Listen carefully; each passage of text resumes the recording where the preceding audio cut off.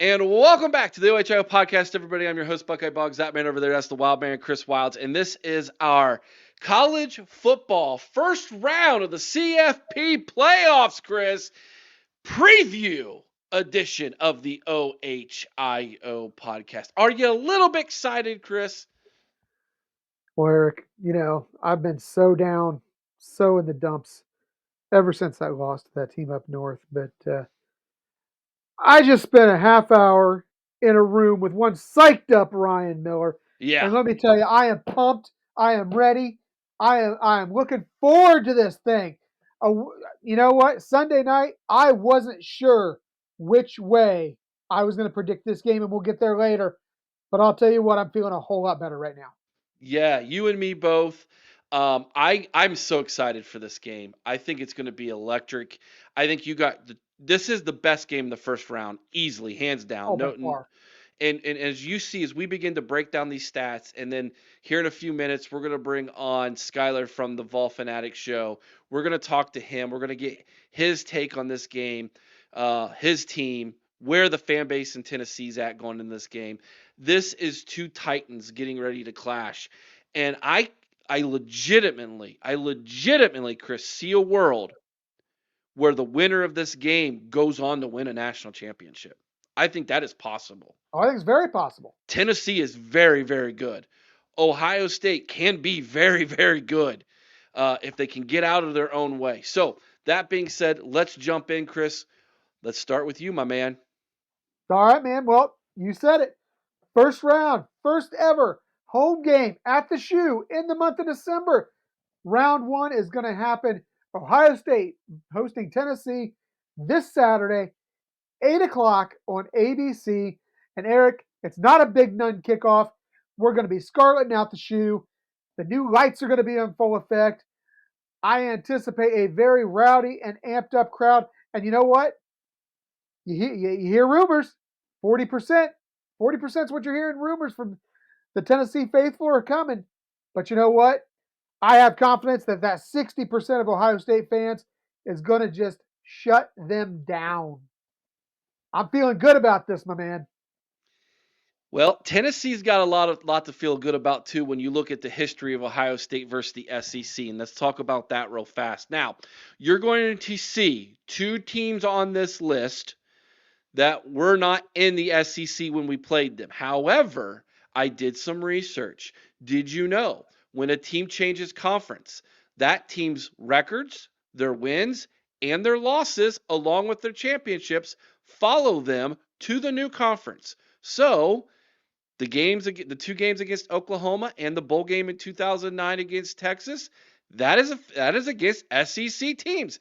I didn't make the rules. That's what the SEC and the Big Ten and college football made. So that being said, Ohio State is 3-7 in the last 10 games against the SEC. Now that does include a 2011 win, Ohio State over Arkansas, 31-26. That obviously the NCAA has taken away, and one day it's going to give it back because the reason why they took it away is absolutely stupid and asinine, and it's completely legal today. However, I digress. Ryan Day is 0-3 lifetime against the SEC, including a 52-24 beatdown in the national championship in 2021 to Bama, a squeaker of a game and a game we should have won in Atlanta, Georgia, basically a home game for the Bulldogs, a 42-41 loss to Georgia in 2022, and then last year's absolute embarrassment, a 14-3 loss in a game that the Ohio State Buckeyes obviously didn't even care about for the most part against Missouri. Ohio State's played Tennessee one time back in way back in the 90s, and that went the way of the Volunteers in a bowl game. But we're not going to talk too much about that because that has little to nothing to do with this game coming this Saturday. Chris, let's look at the tail of the tape. Before we do that, I just got one question, Eric. Sure. You talked about that 2011 victory over Arkansas and how we might someday the NCAA might give it back. Yeah. I'm just wondering if Tennessee fans want to give their last game versus Arkansas back. Just Ooh. curious. Well, they So got here anyhow, anyways, so it doesn't matter. So the tail of the tape. And Eric, I don't know that you're going to find two teams look at this, man. that are more similar. You talk about the points per game. Ohio State comes in at 35.5, Tennessee 37.3. You look at the rushing yards. Now, Tennessee decided advantage in rushing yards. They have 232 yards per game to Ohio State's 169. You flip the coin over, Ohio State leads in the passing game, 254 to 230. Total yards per game, Eric, we're talking Tennessee has a slight advantage, but only 40 yards a game. And as I talked about with Michael and Skylar on was it Sunday? Sunday, yeah. You know, they accredited a lot of that to some games versus teams like Kent State where they really run the stats up. Well, Ohio State can say the And same Ohio thing. State, and I said that Ohio State could say the same thing. So anyhow, in the red zone, I'm sorry, not in the red zone. Let's talk about third down first. Third down conversion rate, Tennessee, I believe, if I'm not mistaken, they are number one in the country in third down conversion rate It's at up there, man. 48.1%. That is Ohio good. State has a moderately good 42.4%.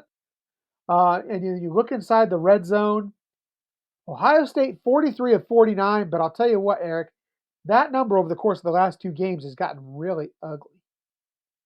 Or no, I'm sorry, it's been over the course of the last four games because it was the Penn State game and Michigan that really hurt those numbers. Mm-hmm. Up until Penn State, we were all but what? Only Perfect. had one, or we were perfect, yeah. Tennessee, 49 of 60 in the red zone. Eric, these offenses are so similar. It's frightening. So, do you have any thoughts about those offenses? I give the edge to Tennessee. I think they have a healthier offensive line. They run the ball better. This is a game where running the football is going to be paramount. I believe it's going to be cold. There's not going to be much of a breeze, but it is going to be cold. And it's just easier to run the football in colder weather. Running football teams usually do better in colder weather. Tennessee offensively definitely has the edge in this football game. But as we flip it over to the other side of the ball, I'm going to give Ohio State a slight edge defensively. This is a game where I still think it's going to be a coin flip game, and it's going to come down to several little factors, including turnovers and third down percentages. I think that's where this game really is going to be won or lost. And Tennessee holds a really good advantage in third down over Ohio State. They just do. They So do. advantage Tennessee offensively. Defensively, though, Eric, I'm not going to lie to you. Our Silver Bullets, they are overall the best defense in the country. Correct. Total total defense, they are number one at only allowing 10.9 points per game. But you know what? Tennessee comes in number four in the country, only giving up 13.9 points per game. 96.8 rushing yards allowed by Ohio State. 96.6. We're talking 2/10 of a yard is the difference between what these two give up. Ohio State only allowing 144 passing yards per game. Tennessee, a little susceptible to the pass at times, giving up 178.7. Still a very strong number. Total yards per game, Ohio State's allowing just over 241. Tennessee allowing just over 278. Then you look again. You talked about third down before.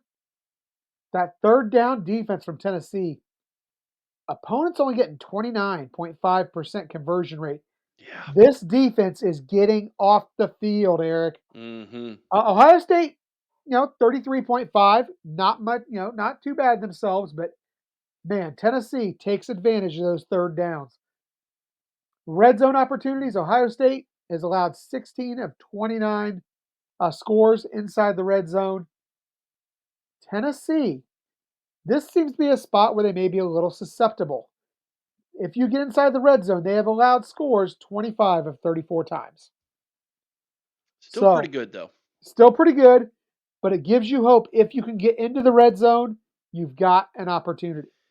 Yeah, so looking at the tail of the tape, I give a slight advantage to Tennessee on offense. I give a slight advantage to Ohio State on defense. Um, I think this game is going to come down to two things: which offense, and more specifically, which quarterback can lead their offense and put their offense in game manageable situations, particularly third and shorts. If Tennessee has a lot of third and shorts in this football game, I think Tennessee can win this football game. If Ohio State is in a lot of third and longs, we're in trouble. We are absolutely in trouble. So staying ahead of the chains is paramount for these offenses in this football game. And then of course, not turning the football over. We've been talking about it about once a game, we have a dumb throw that ends up being a bad turnover that ends up leading to points. And we gotta not do that. Be smart with the football. If that means you throw it away on third down or you tuck it and run on third down, then that's what that means. And you punt and you live to fight another day, right? You don't want to make the big mistake in this game. Will Howard is a fifth year senior, or at least a fourth year senior, but I think he's a fifth year Fifth senior. year. He's got to use all those game experiences to his advantage as a more mature quarterback, where Nico is a young quarterback playing in a huge environment. Not that he hasn't played in big environments, he has already. He's seen them, he's played in them. But this is different. This is for all the marbles. This is for the glory here. Uh, Will Howard needs to lean on that experience, that calmness, the maturity, and then especially with that young offensive line that we have that's going to, well, Luke Montgomery making his first start ever. Here it is and going to be in Columbus, Ohio in a college football playoff game. Will Howard's got to keep that huddle calm and get the football into the hands of your playmakers. Emeka Egbuka, Jeremiah Smith, Travion Henderson, Quinshawn Judkins, Carnell Tate. Those five guys, get it into their hands as many times and as quickly as possible and let them cook. That is the key to this game. And don't forget, Eric, this is a Tennessee team that I think if we have some success out of the tight end position, we can exploit these linebackers a little bit. If we can get G. Scott in favorable positions or Will Kazmarek, I think that's an opportunity we have Or as our well. running backs in the passing Yes, game. yes, get them in favorable positions on linebackers. I think that's an opportunity that Ohio State can take advantage of. But we have not seen them really try that much this year. We're going to take a quick commercial break. When we come back, we're going to get the Tennessee point of view from Skylar from the Vol Fanatics Show. The OHIO podcast is brought to you by Mastermind. Mastermind specializes in 360-degree high-definition mobile video mapping, GIS integration, and traffic safety studies. Mastermind cares about traffic safety and keeping you safe on the roadway. Visit Mastermind at onlinemastermind.com. And as you see, there he is, sporting that little VOL symbol that they do. It was asked the other night if that was a gang, some kind of gang symbol. Dang right. Nah, man. It's just the VOL, brother. I mean, y'all can kind of see it, have an imagination there, but it's supposed to spell out Vol. So that's what the fan base does, man. We all have our thing. It's not as weird as Horns Up, though. So, yeah, there you go. I knew that was coming. That's fine. That's right. Well, here's the deal. Here's the deal, guys. We had Michael on Sunday night. This is Michael's co-host from the Vol Fanatics Show, Skylar. They're the two best in the business when it comes to Tennessee fan podcasts, man. I love these guys. I've watched them for my own entertainment because they're that doggone good, and it's a pleasure to have you on with us, Skylar. Man, I don't know how to feel right now. You're being all nice to me right before we play each other. I really do appreciate that, man. You have been there pretty much since day one with us and taking us in with the college huddle. It's been a blessing, and the channel is really starting to benefit from that. And I credit all that to you guys. Thank you so much. Oh, man, we appreciate that, dude, and appreciate you joining us, man. All right, let's get your thoughts, your initial thoughts, and feel free to turn this into the fan base's thoughts. Here we are, as this people are going to be watching this on Wednesday evening. We're recording this on Tuesday. Where you at, man, going into this game? Excitement level, pressure, nerves. Where we at? What are we feeling, man? Sure. Well, I mean, excited is definitely the easiest term. For Tennessee fans, it's been quite some time since we've been in a moment like this. We were very close, obviously, in 2022, but this year we're there. We're going to the college football playoff. Obviously, we're traveling to Ohio. That kind of hurt a little bit, as we really felt like after obviously the way the last week played out that we had a good chance at hosting. Unfortunately, out of our control, that's okay. But you're seeing the fan base not let that really slow them down any. Y'all kind of touched on it a little bit earlier. One of those things. I don't want any Ohio State fan to think that it's really a hate against Ohio State, because guys, we really would do this anywhere. It doesn't matter where this game would be played. If it's not at home, I promise you we'd be trying to find tickets no matter where this game's being played. It doesn't matter what the weather's going to be. I can promise you the boys and our fans are going to be ready. Excited, a little skeptical, nervous. Obviously, Josh Heupel's at night road record isn't the greatest. I think he's like right at 500 on the road at night. So it's really truly a toss-up game. I mean, I think on paper we really do match up well with you guys. Y'all hit on it pretty heavily as far as like the teams are. I mean, matchup wise, pretty freaking like even. I mean, there's not really a massive advantage either way, which is why we've always said this. Like, we don't think there's going to be a blowout either way. Both of these defenses are built not to really allow that to happen. And I think the offenses can do just enough on each side of the ball to get as many points. I mean, I don't see this being a very high scoring game. But that's why the game's got to be played. Obviously, we learned the hard way against Vanderbilt that just as quickly as it kicks off, the game can change pretty quickly when you give up an opening touchdown on the kickoff. So it just, sticking to the plan. Josh Heupel's kind of mentioned like, hey, we're not really changing anything. We got to do what we do, and we got to do it at a high level. Execution's going to be a big thing for us. So I don't think you can really expect anything different. Just hopefully, we pick up on our blocks. Wide receivers got to block very well. With our running game, obviously our tight ends are going to be, we're going to be running 12 personnel a lot. You're going to see 2 tight ends on the field on our offense quite a bit. Obviously, we've gotten hit in the portal like every team. Nothing too major other than y'all hit on it, linebackers. Obviously, we lost Keenan Peely earlier in the season, and then we just had our 3rd leading tackler at that position in Jalen Smith, who just hit the portal. So I'm going to see how that all works out. But overall, still pretty confident in the defensive group. Our cornerbacks going to have to tackle. Y'all have got some pretty good dogs. Probably the deepest wide receiver room we faced all year, but pretty confident in the way that Ricky Gibson has been playing. Gerard McCoy, honestly, in my opinion, got snubbed from an All-American spot. Dude's been playing that cornerback position like a dog. Came out of nowhere, transferred over the season. He's a true sophomore, I believe, and really he's just locked down every number 1 wide receiver he's been on. And we got a true freshman, Boo Carter, who's kind of played that star position, played it very well. One of our leading tacklers on the defense as a true freshman. So the defense feeling pretty good. Everybody talks about the D-line. I'm not going to go into depth on that. I do think that is a heavy favorite or a heavy lean to Tennessee. But at the end of the day, the boys still got to go play. I mean, obviously, y'all have had some attrition on the offensive line. Our defensive line is going to be 3, possibly 4 deep at every single position on the D-line. You're going to be seeing that quite some time. Every possession, especially if you're on a lengthy possession, let's say you're on a 10-play drive, you're going to see our guys rotate about every 3 or 4 plays, depending on the situation. So hopefully our guys can stay fresh. Obviously, it's going to be cold, but I don't think that's going to be a factor, as I don't know if you guys have known, but in Knoxville, it's been pretty cold down here too. Yeah.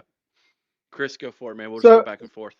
So Skylar, first of all, let me correct one thing. It's not that we don't have the depth on the offensive line or the defensive line. We just don't rotate it. We're 3 or 4 deep too. We just don't rotate them. Sure. Right on. Right on. No, sure. But that being said, how do you feel like this team is going to defensively attack the Buckeyes? I mean, what are they going to do that's going to come out and really wreak havoc on this Buckeyes offense? Yeah, I think it's deception. I think it's Tim Banks drawing up some plays, blitzing, but honestly not blitzing a whole lot. I mean, this defense thrives on playing man press and then getting to your quarterback with only 4, maybe 5 guys at most. If y'all's offensive line gets bullied by 4 or 5, it could be a long day for Will Howard. But we've seen teams pick up our blitzes quite often. Like, look at the Georgia tape. If they're reading our defense and they're picking up the blitzes and we can't get to the quarterback and he's sitting back there 3, 4, 5 seconds, no defender is going to be able to cover y'all's type of wide receivers for longer than 4 seconds. I'm sorry, I don't care who you are. So I think Tim Bakes is going to definitely have to mix it up. Maybe obviously show different looks, but overall, just winning the one-on-ones, defensive line is going to have their best game of the season. And I think the opportunity presents itself, but obviously the boys got to go do it. What is the weakness on Tennessee's team that keeps you up at night going into this game? What is the area that you feel Ohio State can exploit? Easily, but I don't think it's a really Ohio State thing. It's a Tennessee thing through and through, and that's shooting yourselves in the foot. You're on a drive. You're a lot of times this year, it's been the first drive of the season. You're moving the ball. You've gone about 40 yards and you fumble, or you are moving the ball. You get an incomplete pass, and then on second down, you get a false start. Now it's second and 15, second 20. It's things like that keep me up at night, knowing that it's not necessarily anything our opponent's doing. It's us kind of getting in our own way. And it's happened quite a bit this year. Now, luckily, we've been able to overcome it, albeit it looked ugly. But that is something that we're definitely going to have to be disciplined on, is especially defensively. Georgia, really, we shut down Georgia in that first quarter. And what opened up Georgia is they hit us with a hard count. James Pierce jumped off sides, gave Carson Beck a free play. They hit it, and then it was like the roof just opened for Carson Beck. I mean, played his absolute best ball of the season that game at that point. I guess his confidence just blew through the roof after hitting that deep ball. And they did it to us a couple times. So just being disciplined, watching the penalties, and just playing clean football for 4 quarters.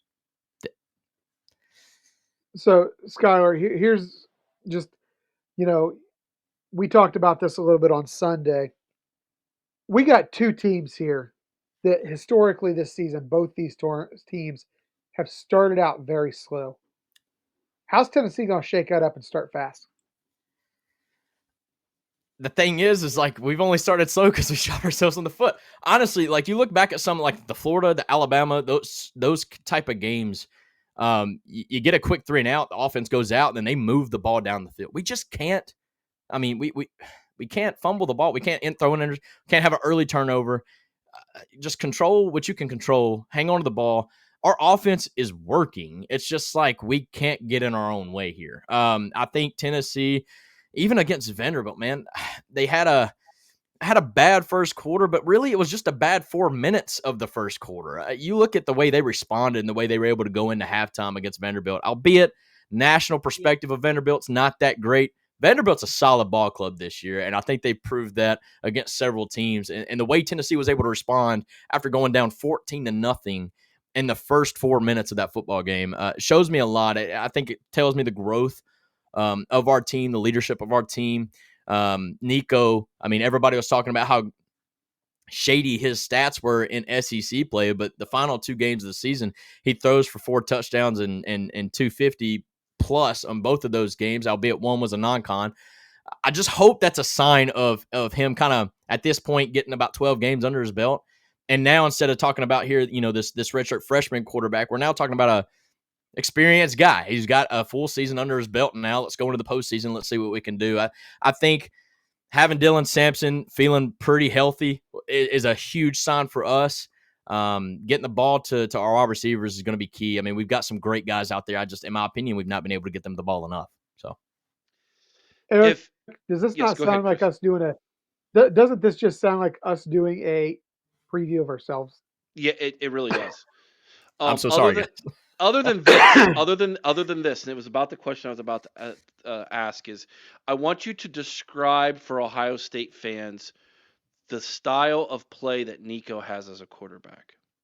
Sure. The style of play that Nico has. So it's kind of twofold. I do feel like the kid's a runner, but he's been playing like a pocket passer this year. If you've been watching some of the film, you watch Iowa last year in the bowl game, and all he did was run. He ran, and he's pretty fast. He's decisive. Like he's when he knows he's got to run, the kid's as quick as anybody. But we haven't really seen that this year. I think maybe that's because of the lack of the depth in our quarterback room this year. But Nico's style, man, smooth. He's long. Obviously, he's got to connect on the deeper shots. Anything kind of in the mid, like 20, 25 yard range, dude's money. I'm not even going to really lie about that at one bit. I'm not really going to exaggerate it either. You see some of these crossing or these drag routes. He knows where to put the ball, when to put the ball there. I wish he was a little bit better with deceiving the safety. Sometimes he eyes his wide receivers down a little bit too much. But overall, I've seen it pretty much ever since he got hurt against Alabama. He went out for like a play or two when our backup quarterback, very first play, throws an interception. That was awesome. You've seen really after that game kind of a different Nico. Kind of like, I don't know, like it's almost like the dude's just a baller and almost needs to get hit before he kind of gets in his zone. Yeah, that's what Michael said. Yeah, I mean, he took that hit. I think it knocked the breath out of him. And like ever since then, the dude's been playing some solid ball, protecting the ball too. I really like his play, and I think honestly the only thing holding him back is his youth and inexperience. And I'm hoping that, like I said earlier, him getting 12 games under his belt now, him having another couple weeks to prepare for this game, I'm hoping that upper trajectory just keeps on going. I'm not sitting here saying that he's going to have 4 touchdowns, 250 yards, but if he can play good football, protect the ball, if he throws for a touchdown or 2, and then just rely on Dylan Sampson. I mean, that dude's he's your workhorse. In my opinion, kind of got snubbed. He's not winning the Heisman. Okay, don't get me misconstrued there. But the dude was SEC Player of the Year on the offense and didn't even get invited to New York. I understand Ashton Genty's a way better back. I get that. But I also look at the defenses that my guy Dylan Sampson played against. And I don't know. I'm hoping that he lets the play speak for itself this week and hopefully in more weeks to come. So, hopefully. Don't take that, Hopefully. Yeah, hopefully. So I got to ask you, I'm going to put this back on you. You guys put this one on me. You open up the paper Sunday morning. The headline reads what? Oh, boy. And why? I don't even know. This could go 1,000 different ways. I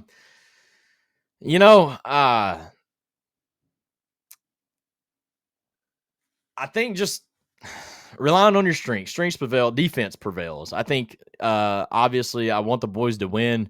I'm not so sure this is going to be a shootout type of game, but who knows? We've been in some close games before, and the only reason why we were in that game is because of our defense. And I think for Ohio State's probably going to be a little bit of the same. Something's got to give in this game, in my opinion, guys. Look, you've got the number 1 defense statistically right now in the nation. We've got the number 4 defense statistically in the nation. And we can sit here and say, well, it's because y'all played so-and-so, and it's, well, because we played so-and-so. Well, we can't say that after this week. We're about to find out, right? One versus the other, Big Ten versus SEC.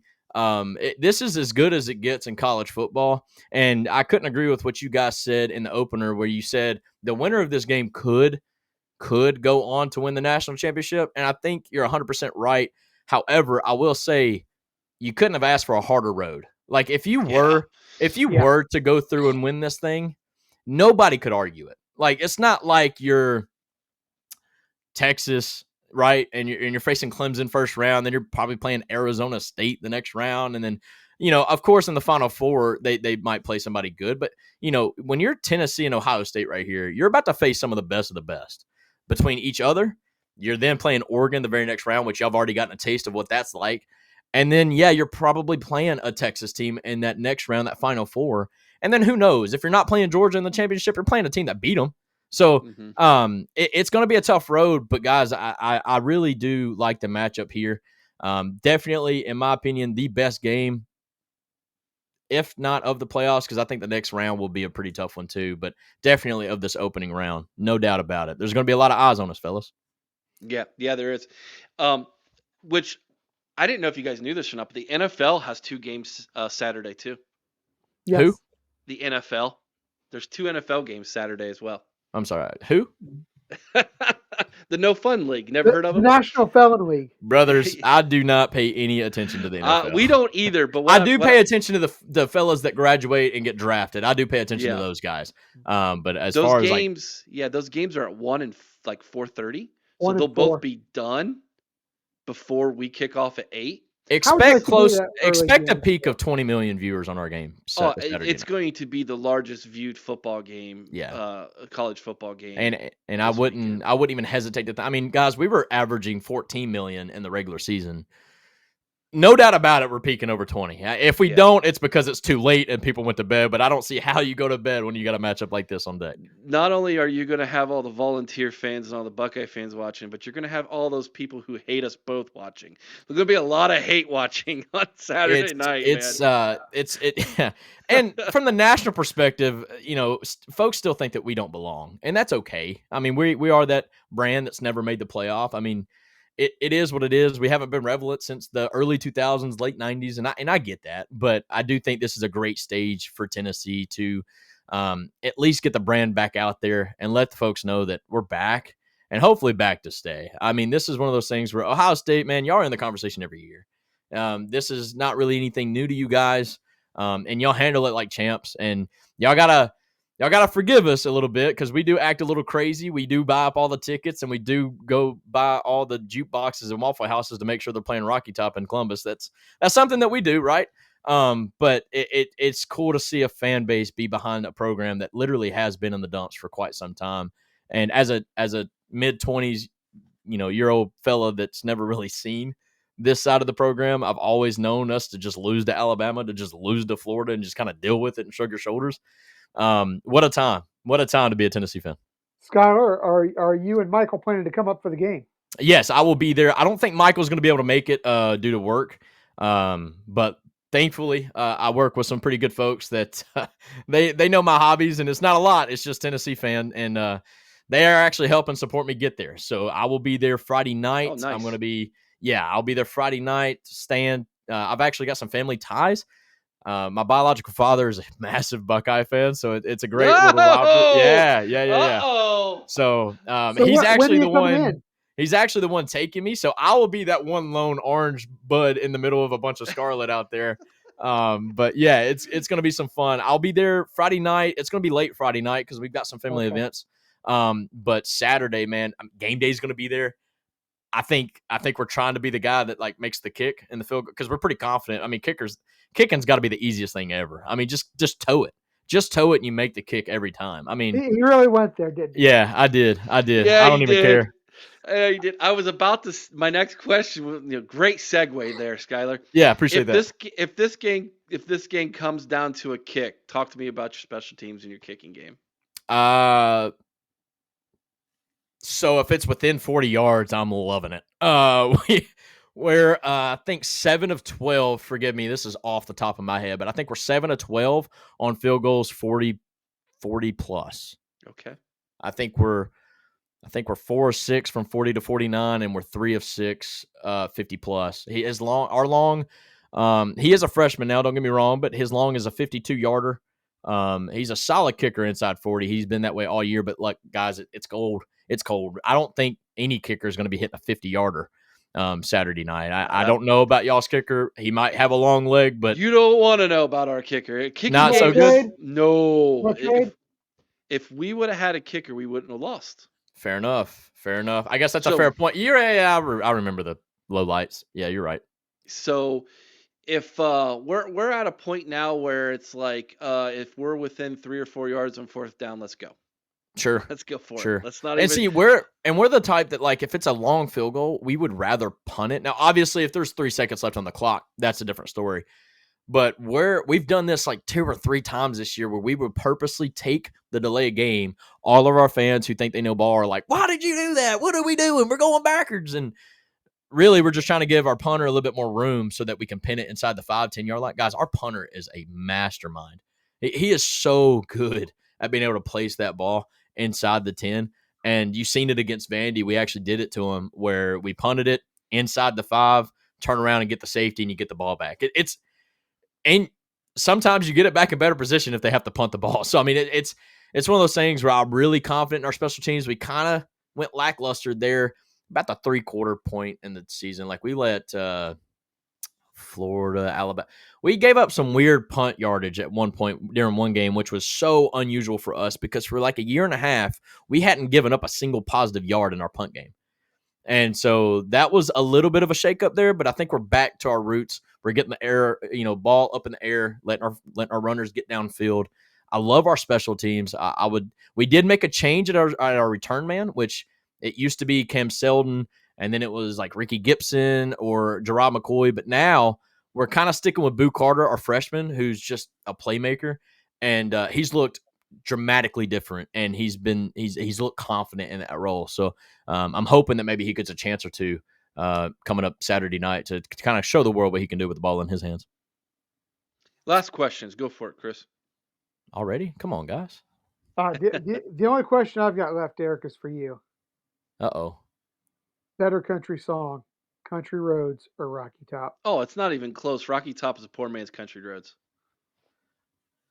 It's fine. It's fine. I'm not even going to argue. It's fine. Yeah. Look, y'all are going to be saying that, but y'all fooling yourselves. Y'all going to be at the game and you're not going to be like, Rocky Top, woo, Rocky Top. Yeah. You're going to, yeah. And then you're going to leave the game and be like, damn it, it's stuck in my head. Like every fan does it. Okay. It's okay. It's okay. But it can't be stuck in our head if we don't hear it.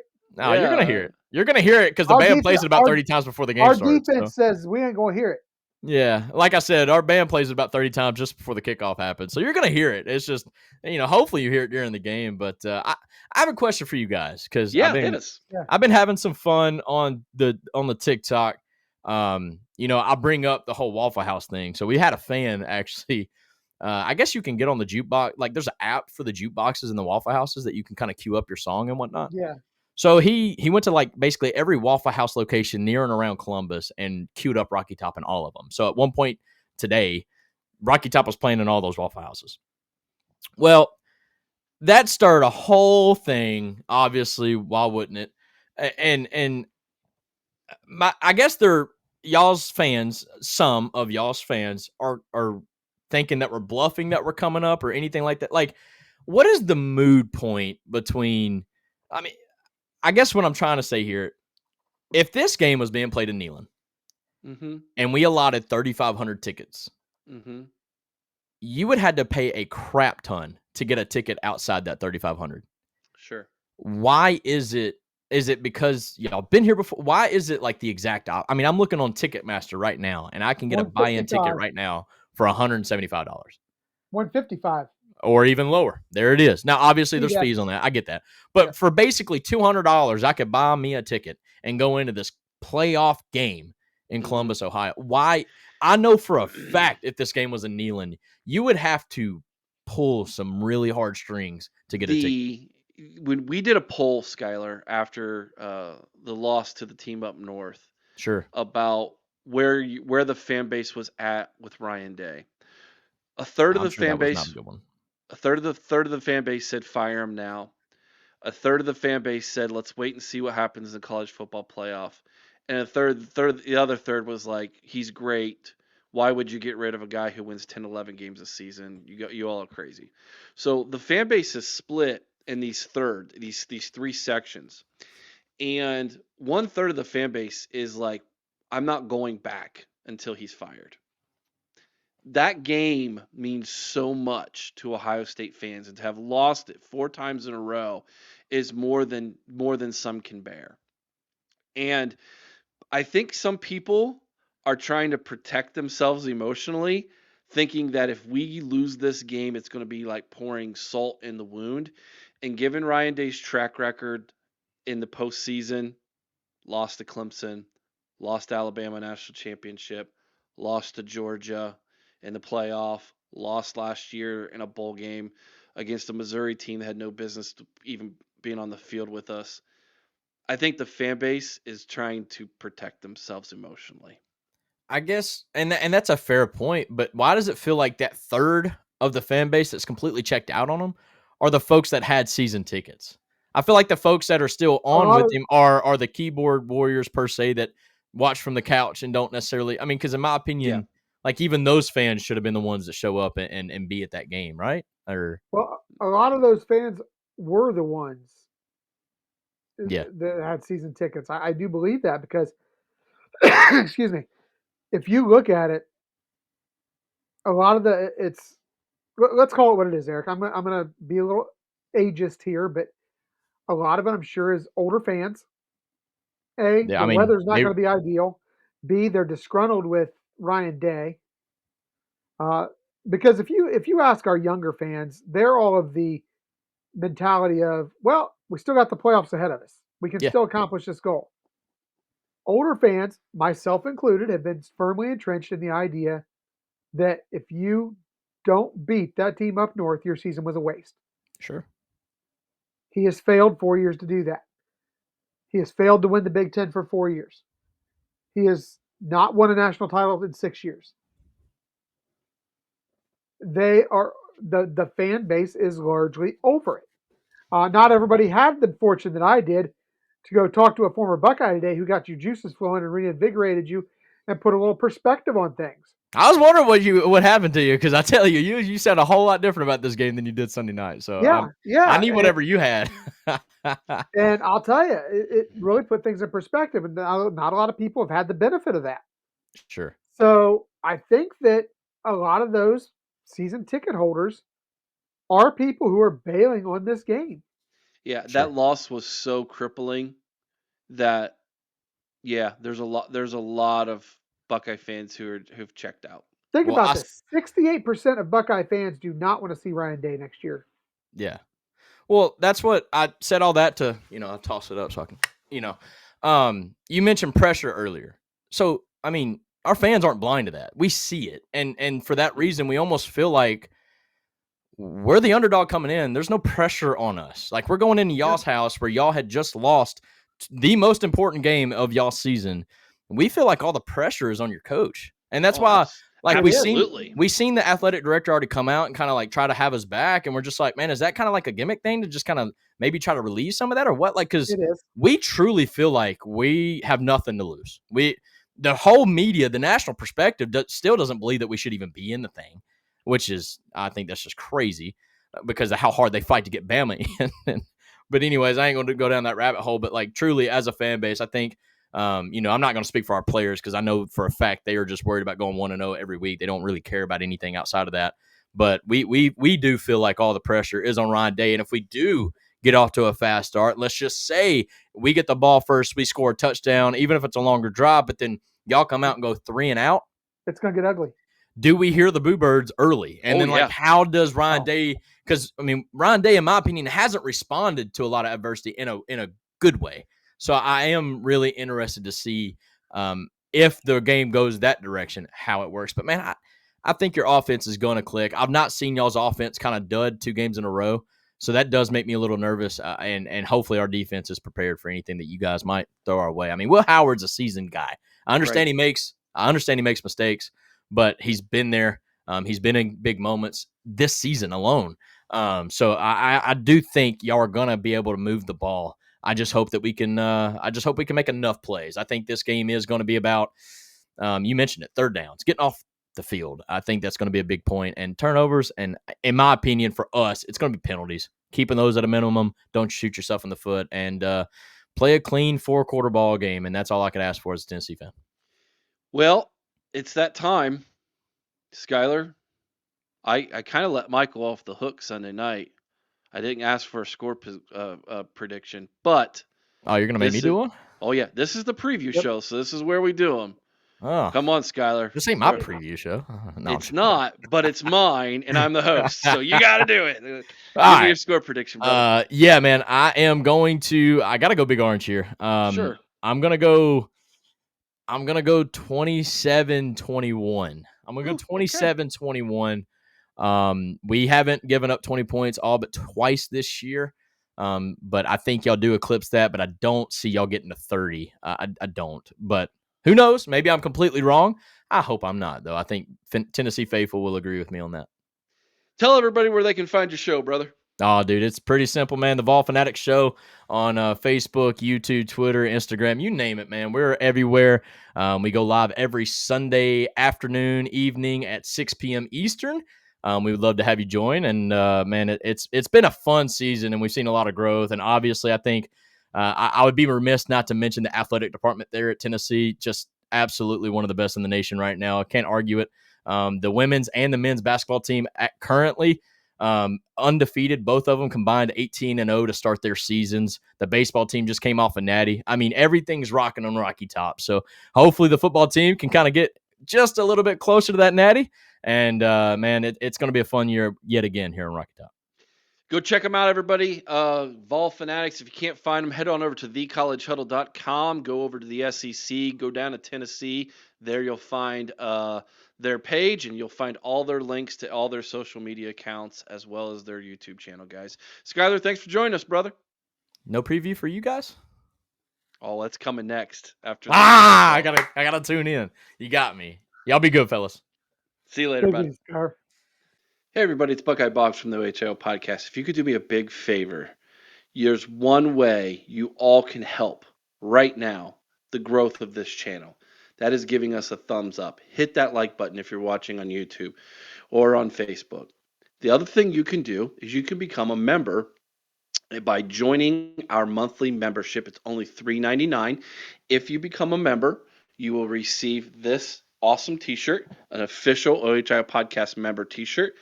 After you've been a member for 1 month, we will send that to you in the mail. Also, you can, when you do that, you'll get access to free content behind the scenes that we have only for members only. You will also be able to have extra little icons and graphics that you can use, little emojis that are specific to just this channel that only members have as well. The other thing you can do is you can purchase merch from our store. And so if you go on over to the ohiopodcast.com, the ohiopodcast.com, as you see here in the URL at the top there, you'll see that there's links at the top of the page for all of our articles that you can read: football, recruiting, basketball, other sports, podcasts, etc. You can email us. There's a contact there. We also have a store. The store is ran by Chris, the Wild Man. He runs an online store that you can get all kinds of memorabilia as well as a few items from the OHIO podcast. But if you want OHIO podcast merchandise, t-shirts, hats, etc., you're going to want to click on this merch link. And this takes you to Campus Sideline, who we have partnered with in creating official OHIO podcast merchandise. So the new alternate logo, that is our main logo now. White, you get a white, you can get a red. The famous We Want Angry Ryan Day t-shirt in white or red. We have that in a white hoodie, as well as the OHIO podcast in a white hoodie, and the fitted OHIO podcast hat as well. There's the prices for all of that is below each item. If you click on it, you can pick your size, add it to the cart, etc. We go from small all the way up to 5XL. And there is a little bit extra upcharge on the 4 and 5XLs, but that's to be expected. I'm sure any big guys out there will know that already. Anything that's beyond $50, you can do 4 interest-free installments with that as well. So if you get a big order, you don't want to pay for it all at once, you can do 4 installment payments for that as well. Campus Sideline, they print things off about every 2 to 3 weeks. So if you order, that order might take a couple weeks to print off and then ship to you, but it will get to you, we promise. And of course, the more people are ordering, the faster they will want to make those prints and get those shipped out to everybody. So please, you want to help us out, go on over here to our website, theohiopodcast.com. Go over to the merch store, click on merch, buy yourself some official OHIO podcast merch, and that will help us out here at the OHIO podcast. Thank you so much, guys. We really do appreciate all of your support. And of course, keep watching, keep loving the Buckeyes. We're going to be here. We're going to keep talking about them all off season and into the fall this upcoming year. Till next time, OH. And that was awesome to have Skylar with us, Chris. We appreciate him coming on and joining us. Your thoughts, my man, going in this after talking with him, after seeing Michael answer all the questions that he got to answer Sunday night. This is the time for us to give our final thoughts and our prediction. You're first. Let me just tell you this. If you had asked me this question at 1 o'clock this afternoon, 24-21 Tennessee. You ask me this question now, I'm pumped. I'm ready. It's 27-17 Ohio State. 27-17 says Chris. Okay. All right. Give me a reason why, other than the fact you're pumped and you got to talk to You, Ryan you Miller. know, I really deep dive these teams as I You was have. preparing for the Tennessee show that I went on to, the Vol podcast there, and I realized how similar these two teams are. I think that experience wins out here. I think Ohio State has a lot of guys who have a lot of experience, and I think there's a different kind of attitude coming off of that Michigan loss. I think there's a fire. I think there's a hunger. I think that, like I said earlier, this is a team that has the opportunity to come out and right the ship. They're never going to erase that loss to Michigan. They're never going to erase from our memories Michigan trying to plant that flag and the ugly scene that happened afterwards. But they can end their careers at Ohio State on a high note by going out and doing this.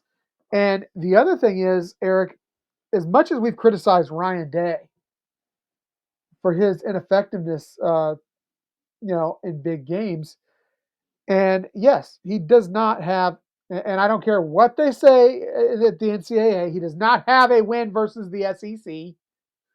Um, and I accept that. But at the same time, you look at Josh Heupel, and here's a guy. If you would compare their records, number for number, you've got Day at 66-10, Heupel at 65-22. You've got two guys who have very similar records. Day has a slight edge in playing top 25 teams. Bowl games, Heupel's 3-3. Day is 2-4. But you know what? What were the bowl games that Day was playing in?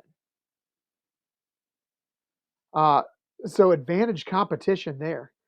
And you got a guy who's 1-5 in the top versus the top five versus a guy who was, 3-6 versus the top five. Like Skylar was saying, something's got to give. And I think that the experience wins out. I think that Ohio State, and this is no knock on Tennessee, I think Ohio State has a more talented roster. Not much, but it is more talented. And I think that Ryan Day, unless Tennessee comes out in their, maize and blue uniforms, I think Day's going to be in the right headspace for this game. Okay. What scares me about this football game is their defensive line against our offensive line. And I understand that. That scares me. That's number one. Number two, I think Tennessee on third down is much better than what Ohio State is on third down. And that could be what makes or breaks this football game. Advantage Tennessee on that one. Mm-hmm.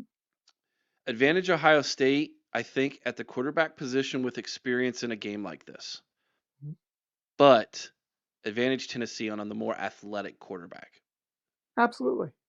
What is the one thing that's given this defense trouble? A quarterback who can run. If Nico is willing to run, advantage Tennessee offensively. Their kicking game, light years better than what we have. If this comes down to field goals, advantage Tennessee. I'm mentioning basically all advantages to Tennessee, except for one thing, and it's one thing we didn't really talk about, and that's home field advantage. But as Skylar pointed out, we are a fragile fan base right now. Absolutely. That is the truth. And they are a hungry fan base. And that 30 to 40,000 that might end up making the trip from Tennessee to Ohio and making their way inside the shoe might be more vocal positively for their team than what the Scarlet and Gray fan base might be. So even that advantage, I can turn on its head and say Tennessee can take that away from us. I would say we might have the more experienced coaching staff overall when you take into account Jim Knowles and Chip Kelly and things like that. But given how we performed in the last game we played, I don't even know if that's an advantage at this point. And it's really hard for me to sit here and say that Ohio State is going to beat Tennessee. It's hard for me to say that at this very second. But there is something that no one's talking about that I'm going to present right now, and it's my reason why I believe Ohio State will win this game close. And you kind of hinted on it a little bit, and that is this. When you have the talent that this senior class has had, who's never achieved one single goal that they set out to achieve, they are like a rabies infested raccoon. I think they come out swinging hard in this game. And I think what Ryan said, he goes, back in 1996, they had the best roster in college football. They lost a dumb game to Michigan State that they shouldn't have lost. They went on to the Rose Bowl to beat number 2 Arizona State in an epic game against Jake the Snake Plummer. That team, if they would have had this opportunity, would have went on to win the national championship. No one doubts that. This will be that moment for this team. And it starts with Tennessee, and it's the momentum builder they will need to go into Oregon, beat Oregon, take down Texas, and beat Notre Dame for the national championship. It begins this Saturday. My final score, Ohio State 22, Tennessee 21. You've got them going for a 2-point conversion.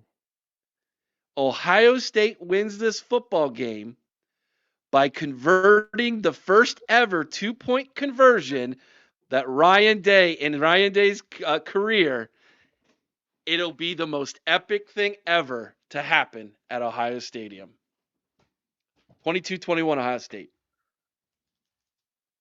Wow. How about them apples? Hey, man, I was picking Tennessee up until today when I talked to Ryan. Me too.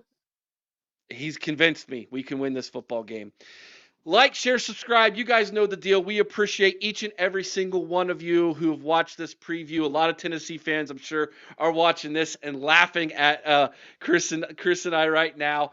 Give us a comment. Let us know your score prediction down in the comment section below.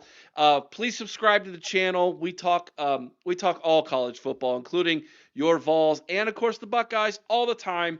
At least 2 shows a day normally is what we're producing, and we go live 4 times. Let us know what you think, how this game's going to go down in the comment section below. Thanks again, everybody, for tuning in for this special CFP preview between Ohio State and Tennessee. Till next time, be kind to one another. I owe someone's OH in St. Carmen, Ohio, with all your heart. Chris, you know what to do. OH! I owe, baby! Go Bucks!